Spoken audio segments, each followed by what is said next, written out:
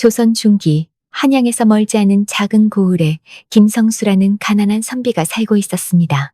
그는 밤낮으로 글공부에 매진하며 과거 급제를 꿈꾸는 청년이었지만 집안 형편은 말할 수 없이 어려웠습니다. 김성수의 아버지는 주색잡기에 빠져 있었습니다. 특히 도박에 손을 댄 지 오래되어 아들이 벌어들이는 푼돈마저 노름판에서 모두 잃어버리곤 했습니다. 그 바람에 김성순의 집은 늘 끼니를 걱정해야 하는 처지였습니다. 아들아, 오늘도 먹을 것이 없구나. 어머니는 빈 뒤주를 보며 한숨을 내쉬었습니다. 그런 김성수에게 유일한 희망의 빛이 있었습니다. 바로 그의 절친한 벗인 박진우였습니다. 박진우는 김성수와 같은 서당에서 같이 공부한 동문이었지만 학문 대신 장사의 길을 택해 크게 성공한 상인이었습니다. 박진우는 마음씨가 따뜻한 사람이었습니다. 어려운 처지에 있는 김성수 가족을 늘 안타깝게 여겨 틈틈이 쌀과 약간의 은전을 가져다 주곤 했습니다. 때로는 김성수를 자신의 집으로 불러 푸짐한 식사를 대접하기도 했습니다. 성수야, 몸이 튼튼해야 공부도 잘 되는 법이다. 박진우는 늘 이렇게 말하며 김성수를 챙겼습니다. 김성수는 이런 친구의 은혜에 늘 감사했습니다. 언젠가 과거에 급제하여 출세하면 반드시 이 은혜를 갚겠다고 다짐했습니다. 세월이 흘러 박진우는 22살이 되었을 때 장가를 들었습니다. 신부는 19살의 어린 처녀 이순아였습니다. 순아는 그 지역에서 소문난 미인이었습니다. 얼굴은 달처럼 둥글고 하얗고 몸매는 버들가지처럼 가늘고 우아했습니다. 박진우의 부모님은 얼마 전에 모두 돌아가겠지만 그의 집안 사람들은 모두 순아를 좋아했습니다. 예의도 바르고 살림 솜씨도 뛰어났기 때문입니다. 박진우 역시 아름다운 아내를 얻어 행복해했습니다. 어느 초여름날 아침, 박진우는 일찍 장터로 나갔습니다. 마침 그날 김성수는 먼 친척 어른의 생신잔치에 참석하기 위해 돈이 필요했습니다. 하지만 집에는 한 푼의 돈도 없었습니다. 부끄러운 마음을 감추며 김성수는 박진우의 집을 찾아갔습니다. 여보세요, 계신가요? 김성수가 대문을 두드렸습니다. 그런데 문을 연 것은 박진우가 아니라 순아였습니다. 순아는 마침 친정에 다녀오려던 참이었습니다. 어머, 김 선비님이 아니신가요? 남편이 계시냐고 물으시는 건가요? 순아가 웃으며 말했습니다. 김성수는 당황했습니다. 친구의 아내와 단둘이 마주하게 된 상황이 어색했기 때문입니다. 부인께서 나오실 줄 몰랐습니다. 친구에게 급한 볼일이 있어서 왔습니다. 남편은 아직 잠자리에서 일어나지 않았어요. 안으로 들어와서 잠시 기다리세요. 제가 깨워드릴게요. 사실 순아는 거짓말을 하고 있었습니다. 박진우는 이미 일찍 나간 상태였습니다. 순아는 평소 김성수의 훤칠한 외모와 선비다운 기품에 이미 전부터 마음이 끌려 있었습니다. 남편 박진우는 돈은 많이 벌었지만 밤낮 없이 바빴고 외모나 풍채가 김성수만 못했습니다. 김성수는 어쩔 수 없이 안채로 들어갔습니다. 순아는 차를 내오겠다며 부엌으로 갔습니다. 그런데 잠시 후 돌아온 순아의 모습이 조금 달랐습니다. 머리를 다시 빗어 곱게 올렸고 얼굴에는 연지를 살짝 발랐습니다. 또한 저고리를 평소보다 꽉 조여 가슴선이 은근히 드러나 보였습니다. 김 선비님, 남편이 뒷문으로 나가서 일보러 갔어요. 오늘은 늦어도 점심때까지는 돌아오지 못할 것 같아요. 여기서 기다리시겠어요? 김성수는 순아의 시선이 유난히 끈적하다는 것을 느꼈습니다. 뭔가 위험한 기운이 감돌았습니다. 그럼 오후에 다시 찾아뵙겠습니다. 김성수가 일어서려 했습니다. 아니에요. 어차피 할 일도 없으시잖아요. 여기 앉아서 저와 이야기나 나누세요. 순아가 김성수의 손목을 잡으며 말했습니다. 김성수는 깜짝 놀랐습니다. 순아의 손길이 이상하게 부드럽고 따뜻했습니다. 그리고 그녀가 가까이 다가오자 은은한 향내가 코끝으로 스며들었습니다. 부인, 이렇게 하시면 안 됩니다. 남녀가 유별한데 부인이 외관 남자와 단둘이 있는 것은 예의에 어긋납니다. 남편도 없는데 뭐가 어때요? 선비님은 너무 딱딱하세요. 순아가 김성수에게 더욱 가까이 다가왔습니다. 그녀의 숨결이 김성수의 목덜미에 닿았습니다. 김성수는 온몸에 소름이 돋았습니다. 순아의 행동이 단순한 친근감이 아니라는 것을 알아차렸기 때문입니다. 그는 박진우의 은혜를 생각하며 자리에서 벌떡 일어났습니다. 죄송합니다. 급한 볼 일이 있어서 저는 이만 가보겠습니다. 김성수가 급히 밖으로 나가려 하자 순아가 뒤따라 나왔습니다. 그녀의 얼굴에는 실망과 아쉬움이 역력했습니다. 정말 재미없는 사람이네요. 순아가 중얼거렸습니다. 바로 그때였습니다. 박진훈의 집에서 일하는 하인 최득보가 뒷문으로 들어오다가 이 장면을 목격했습니다. 득보는 원래 박진우를 따라 장터에 갔다가 빠뜨린 물건을 가지러 돌아온 것이었습니다. 득보는 순아가 김성수의 손을 잡고 있는 모습을 똑똑히 보았습니다. 그는 음흉한 미소를 지었습니다. 평소 젊고 아름다운 안주인을 넘보고 있던 그에게는 절호의 기회였습니다. 김성수가 급히 사라진 후 득보가 한 채로 들어왔습니다. 마님, 소인이 방금 이상한 장면을 봤는데 김선비와 무슨 일이 있었던 모양이군요. 득보가 비웃듯 말했습니다. 순아는 깜짝 놀랐습니다. 너는 언제 들어온 거야? 주인을 따라 나간 거 아니었어? 저는 주인이 빠뜨린 물건을 가지러 왔다가 마님께서 김선비와 정답게 이야기하시는 모습을 보게 되었습니다. 득보의 눈빛이 요사스러웠습니다. 무슨 소리를 하는 거야? 그냥 인사만 나눈 것뿐이다. 인사만 나누는데 손을 잡을 필요가 있었나요? 제가 다 봤거든요. 득보가 한 걸음 더 다가왔습니다. 순아는 가슴이 두근거리기 시작했습니다. 하인 주제에 이렇게 나오는 것이 무서우면서도 어떻게 해야 할지 몰라 당황했습니다. 만약 제가 이 일을 주인께 말씀드리면 어떻게 될까요? 득보가 비릿한 미소를 지으며 협박하듯 말했습니다. 너 지금 나를 협박하는 거야? 협박이 아니라 제안입니다. 득보가 순아의 팔을 잡았습니다. 마님께서 저에게 좋게 해주신다면 이 일은 비밀로 하겠습니다. 순아는 득보의 거친 손길에 몸서리를 쳤습니다. 하지만 이 일이 남편에게 알려지면 큰일이라는 생각에 저항할 수가 없었습니다. 당신이 원하는 게 뭔데? 마님도 잘 아시잖아요.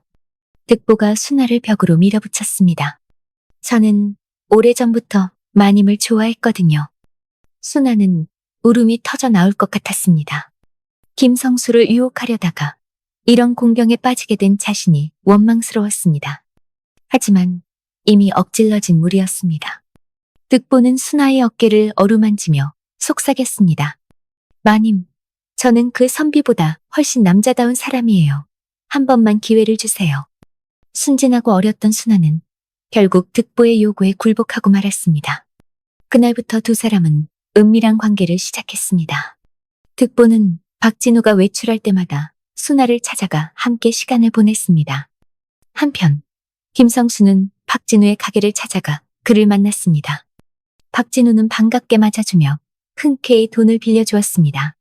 이 돈이면 충분하겠지? 박진우가 은잔 20냥을 내주었습니다. 고맙소 진우야. 언젠가 반드시 갚겠소. 돈 이야기는 그만하고 집에 가서 같이 저녁이나 먹자. 박진우가 제안했습니다. 김성수는 오늘 있었던 일 때문에 박진우네 집에 가기가 꺼려졌습니다. 오늘은 바로 길을 떠나야 해서 안 되겠네.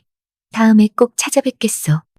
두 사람이 헤어질 때 김성수는 주저하다가 말했습니다. 진우야, 한 가지 말하고 싶은 게 있는데 무슨 말인가? 집에 계실 때는 부인을 잘 돌봐주게나 혼자 두고 나다니지 말고. 박진우는 이상한 표정을 지었습니다. 왜 갑자기 그런 말을 하는가? 김성수는 더 이상 말할 수 없었습니다. 오늘 있었던 일을 직접 말하기는 너무 어색했고 오해를 살 수 있었기 때문입니다. 그냥 하는 말이야. 그럼 이만 가보겠네. 박진우는 친구의 이상한 당부가 계속 마음에 걸렸습니다. 집으로 돌아가는 길에 혹시 집에 무슨 일이 있었나 하는 생각이 들었습니다. 집 앞에 도착했을 때 마침 득보가 급하게 나오다가 박진우와 마주쳤습니다. 야, 최득보. 너는 왜 이렇게 허둥지둥하느냐? 박진우가 화를 냈습니다. 득보는 당황하며 대답했습니다.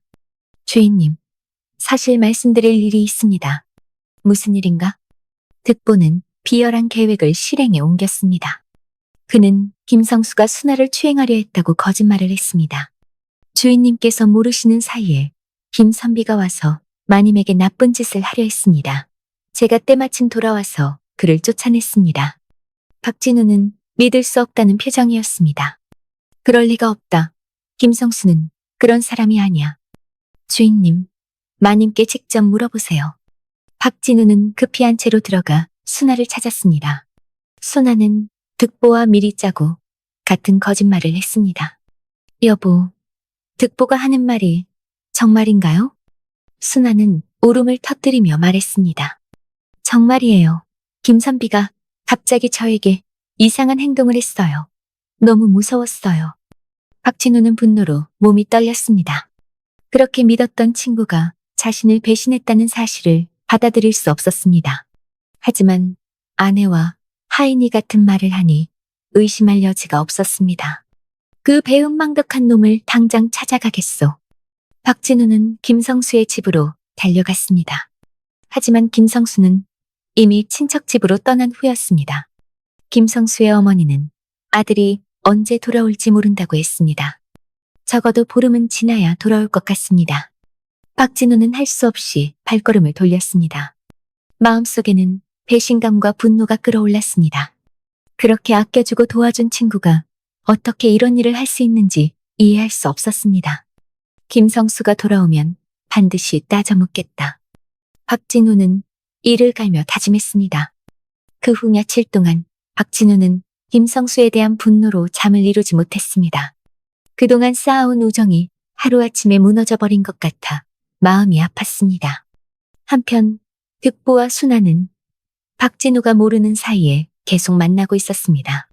득보는 순화를 완전히 자신의 뜻대로 조종할 수 있게 되었습니다. 순화도 처음에는 억지로 당하는 것 같았지만 점차 득보의 거친 남성미에 빠져들고 있었습니다. 마님, 이제 김선비 일은 걱정하지 마세요. 주인님께서 완전히 믿고 계시니까요. 득보가 순화를 품에 안으며 말했습니다. 순화는 복잡한 마음이었습니다. 한편으로는 김성수에게 미안한 마음이 있었지만 다른 한편으로는 득보와의 금지된 관계에서 오는 스릴을 즐기고 있었습니다. 이렇게 해서 작은 고을에는 커다란 갈등의 씨앗이 뿌려졌습니다. 진실을 모르는 박진우, 억울한 누명을 쓴 김성수, 그리고 비밀스러운 관계를 이어가는 득보와 순화. 이들의 운명은 앞으로 어떻게 될 것인지 아무도 예상할 수 없었습니다. 김성수는 친척 어른의 생신잔치에서 한 달을 머물렀습니다. 그곳에서 그는 고모의 소개로 조혜란이라는 아름다운 처녀를 만났습니다. 혜란은 얌전하고 착한 성품을 가진 여인이었습니다. 고모는 김성수와 혜란이 서로 마음에 들어하는 것을 보고 혼인을 성사시켰습니다. 김성수는 인생에서 처음으로 진정한 행복을 맛보았습니다. 아름다운 아내와 따뜻한 가정을 이룬 것입니다. 혜란의 삼촌은 한양에서 벼슬을 하는 관리였습니다. 그는 김성수의 학식을 높이 사서 단양 고을의 향리 자리를 마련해 주었습니다. 비록 높은 벼슬은 아니었지만 가난했던 김성수에게는 큰 기회였습니다. 자네는 더 큰 그릇이야. 언젠가는 과거의 급제에서 진짜 벼슬아치가 될 것이네. 삼촌이 격려해 주었습니다. 김성수는 새로운 삶에 적응해가며 부지런히 일했습니다. 현감 어른을 도와 고을 일을 처리하다 보니 경험도 쌓이고 안목도 넓어졌습니다. 몇 달 후에는 과거 시험 준비를 다시 시작할 수 있었습니다. 드디어 가을 과거 시험이 다가왔습니다. 김성수는 그동안 쌓은 실력을 바탕으로 시험에 임했습니다. 결과는 놀라웠습니다. 그가 과거 시험에 합격한 것입니다. 축하합니다. 과거 시험에 합격하셨군요. 현감이 축하해 주었습니다. 그는 과거 시험에서 좋은 성적을 얻었기 때문에 관직에 순조롭게 나아갈 것이었습니다. 김성수는 기쁨에 겨워 눈물을 흘렸습니다. 가난했던 과거를 벗어나 새로운 인생을 시작할 수 있게 된 것입니다. 그런데 이 기쁜 소식을 가장 먼저 전하고 싶은 사람이 있었습니다. 바로 박진우였습니다. 그 양반의 도움이 없었다면 오늘의 내가 없었을 텐데. 김성수는 고향으로 돌아가 박진우에게 감사 인사를 드리기로 했습니다. 하지만 고향에 도착해서 알아보니 박진우는 한양으로 장사하러 떠난 상태였습니다. 언제 돌아올지도 확실하지 않았습니다. 김성수는 아쉬운 마음으로 부모님께 합격 소식을 전하고 다시 단양으로 돌아갔습니다. 세월이 흘러 해란의 배가 부르게 되었습니다. 김성수는 아내와 뱃속의 아이, 그리고 안정된 직장까지 얻어 행복한 나날을 보냈습니다. 가끔 박진우 생각이 났지만 새로운 삶에 바빠서 점차 잊혀져 갔습니다. 그런데 어느 날 밤, 김성수는 무서운 꿈을 꾸었습니다. 꿈속에서 박진우가 온몸이 젖은 채로 나타나 울부짖으며 말했습니다. 성수야, 나는 억울하게 죽었다. 제발 나의 원수를 갚아다오. 김성수는 꿈에서 깨어나 식은땀을 흘렸습니다. 너무나 생생한 꿈이었습니다. 박진우의 모습이 너무 절절했습니다. 오랫동안 만나지 못해서 이상한 꿈을 꾸는 건가? 김성수는 대수롭지 않게 생각하려 했습니다. 하지만 다음 날 밤에도 똑같은 꿈을 꾸었습니다. 이번에는 박진우가 더 자세히 말했습니다. 성수야, 너는 왜 내가 몇 번씩 찾아가도 만나주지 않았는지 아느냐? 그건 바로 최득보 그놈이 나를 없애버렸기 때문이다. 꿈속의 박진우는 계속 말했습니다. 득보가 나를 물에 빠뜨려 죽인 후 내 행세를 하며 내 집에서 살고 있다. 심지어 내 아내와도 함께 지내고 있어. 제발 이 원한을 풀어다오. 김성수는 꿈에서 깨어나 온몸이 떨렸습니다. 2번이나 같은 꿈을 꾸는 것이 단순한 우연일까요? 혹시 박진우에게 정말 무슨 일이 일어난 것은 아닐까요? 그래, 생각해보니 이상했어. 내가 몇 번이나 찾아갔는데 부인 순아나 하인이 항상 외출했다고 하고 만날 수가 없었지. 김성수는 더 이상 참을 수 없었습니다. 다음 날 아침 일찍 현감을 찾아가 사정을 털어놓았습니다. 현감님, 제가 이상한 꿈을 꾸었는데 혹시 정말일지도 모르겠습니다. 현감은 김성수의 이야기를 들어보더니 고개를 끄덕였습니다. 세상에는 신기한 일들이 많지. 죽은 사람이 꿈에 나타나 억울함을 호소하는 경우도 있다고 하네. 자네 친구가 정말 위험에 처했을지도 모르니 한번 가서 확인해보게나. 현감은 김성수에게 휴가를 주고 혹시 모를 상황에 대비해 인근 고을 현감에게 보내는 편지도 써주었습니다. 김성수는 급히 고향으로 향했습니다. 하지만 성급하게 행동해서는 안 된다고 생각했습니다. 혹시 꿈이 맞다면 득보가 경계할 수도 있기 때문입니다. 고향에 도착한 김성수는 며칠 동안 박진훈의 집 주변을 몰래 살펴보았습니다. 그런데 정말로 이상한 점들이 발견되었습니다. 박진우로 보이는 사람의 걸음걸이와 목소리가 예전과 달랐습니다. 확신을 얻은 김성수는 현감의 편지를 가지고 고을 관할을 찾아갔습니다. 현감은 편지를 읽어보고 포졸 4명을 김성수에게 딸려주었습니다. 혹시 정말 그런 일이라면 큰 사건이니 조심해서 조사해보게. 김성수는 포졸들과 함께 박진훈의 집으로 갔습니다. 하지만 문지기는 여전히 박진우가 외출했다고 둘러댔습니다. 더 이상 기다릴 수 없습니다.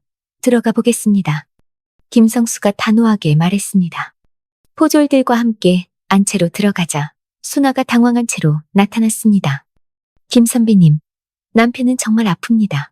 한양에서 나쁜 병에 걸려서 다른 사람에게 옮길까봐 사람을 만나지 않고 있어요. 그렇다면 더욱 만나봐야겠습니다.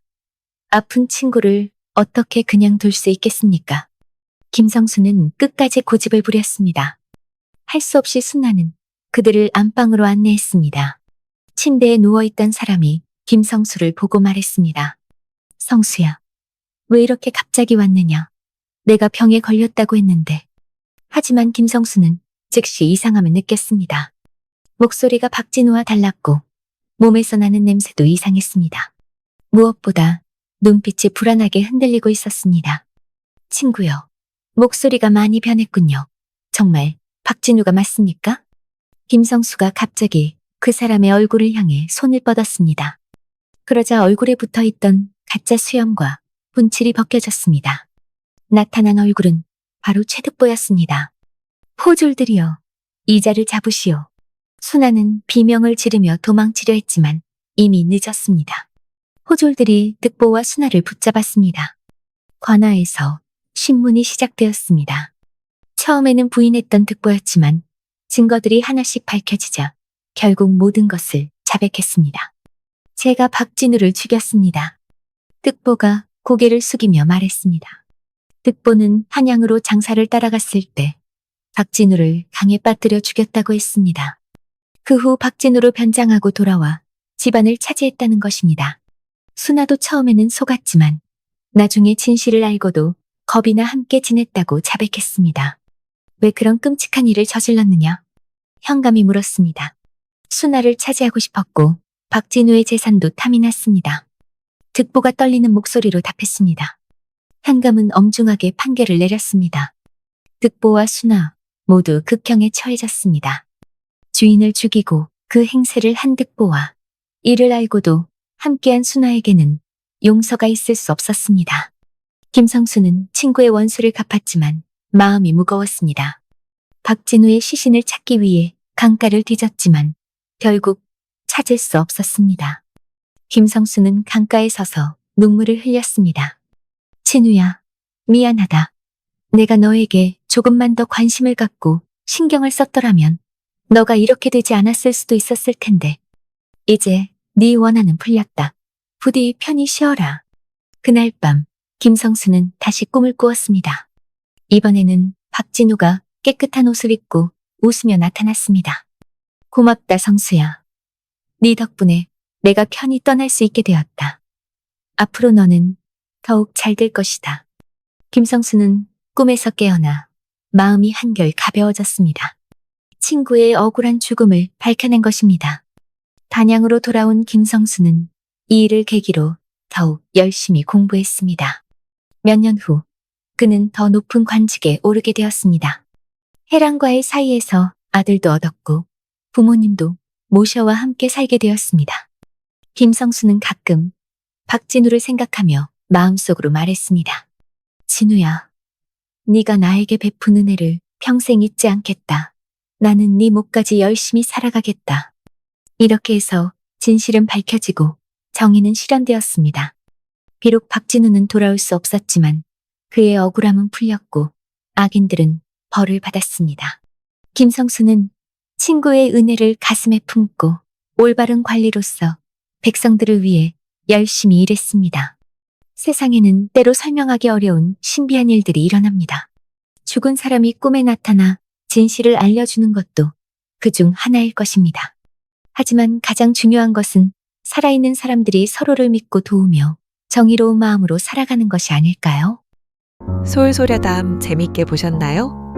영상을 빠르게 만나보시려면 솔솔야담 보름달을 클릭하여 구독을 눌러주세요. 새로운 영상이 올라오면 알람을 보내드립니다. 다음 동영상과 추천 영상도 준비했으니 많은 시청 바랍니다. 항상 건강하시고 행복하고 좋은 일만 있으시길 바랍니다.